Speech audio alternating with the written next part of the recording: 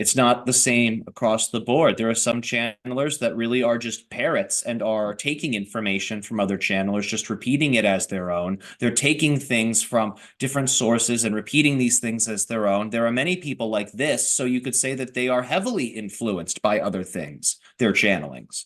There are other people that are in a full-blown trance state, and they are just letting whatever flows flow. These people are less biased. These people are less influenced.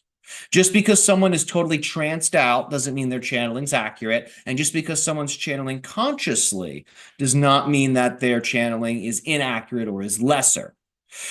Again, channelings have to do with the sharing of perspectives that you consider to be higher perspectives. But higher perspectives can still contain bias. You can be a biased scumbag and take an elevator to the penthouse of a building. You'll have the highest perspective in the city, but you'll still be a scumbag. So higher does not mean better.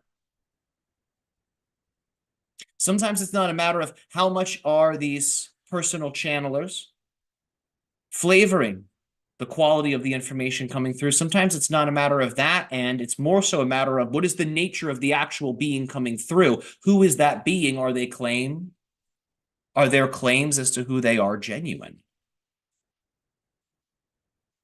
These are all important questions. So with channeling, it's sort of like a Ouija board with a microphone. You're trusting in whom you're talking to. You don't really have evidence of whom you're talking to other than your own belief, but that's not really much of an evidence. It's more so a type of feeling that gives you confidence in the connection. So if you're looking for something to trust in yourself above all else. Trust in your own higher thinking, your own higher thinking. You trust in our higher thinking quite a bit. We strive to make sure our higher thinking is as neutral as it can be so we can just tell you things as we see them. That's it.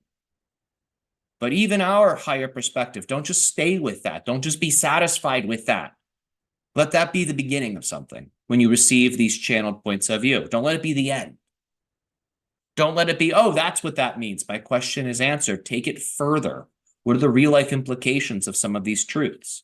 If you take a truth and hold it up to reality, you should be able to see evidence of it everywhere you look. But if you hold a truth up to reality and do not see any evidence of it at all, you must question whether or not what you have been given is a truth. So there are many truths that are being given by channeled entities. Many of them, again, you can't fact check, you can't look into. Some of them you can, many of you don't. We're here to say that you have to be your own source of higher awareness. You have to be your own source of higher thinking. If you let other beings do that for you exclusively, you're just going to be going along with someone else's agenda. It just happens to be an agenda that is themed with the symbols that you like, so you don't mind. So how much can a channeler influence the channeling? In ultimate ways. In ultimate ways, it could be influenced. That completely warp the message. That is possible, 100% possible, and it has been done before. So this is why it's important to really have a personal relationship with the spiritual people that you listen to. If you're just looking at them from a screen and you have no relationship with them other than that, you don't really get to know them. You only see them in performer mode. So at performer mode, they're always at their best or close to it. They're putting on their best. You need to know this person as they live their life. You need to have this personal relationship with them because that's how you know their character. That's how you know if they are really walking their talk. And from here, it's easy to trust in a person like that. It's easy to trust in their information and to know that they're not flavoring it with some kind of uncomfortable or dogmatic bias. But if you're just going off of the screen and you're just going off of the celebritism of their presentation, well, you're not going to have much of a barometer for truth. So get to know the spiritual people you look up to. Really take what they say and test it out to see if it's true. And that's how you'll know what is real. Reality will show you what is real. We say this to you regularly. You don't have to wonder what the truth is. Take these alleged truths you're given, hold them up to reality. Reality will show you if they're real. Reality will make that which is true stronger. And that which is not true, it smacks it in the face. You can see because it falls away. It doesn't hold up. So what is real, if you truly hold it up to reality, it will resonate with it. That which is unreal, when you hold it up to reality, will not be able to resonate with it. So you can test this. Test your channeled information. Test your channelers. Test these sources that you look up to. That's our highest suggestion for you all.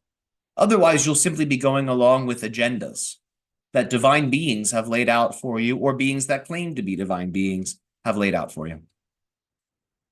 So instead, build your own path, walk your own path, draw upon the different information that serves you, put together your own perspective, your own narrative, your own story that helps you make healthful sense of what the heck is going on. That must be yours. Don't let that be the story another being tells in your life. Let that be your story. Your definitions, your rules, your laws. This is what we encourage all of you to focus on. That's our role, to empower you to get busy creating those types of things.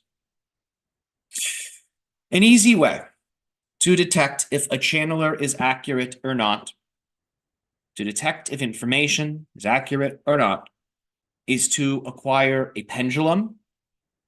And while they are speaking, just let the pendulum spin. It will go clockwise for truth, counterclockwise for deception.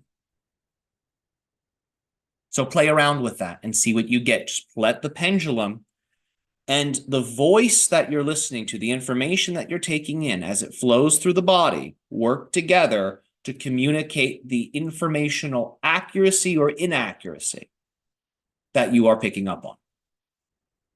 So you can actually test things like that. You'll find misalignments. You'll find it in places that surprise you. You'll sometimes find that your feelings can actually be overshadowed. There are many instances where misalignments are present, but you don't see them because you usually don't want to. The pendulum will not lie. It will show you those moments.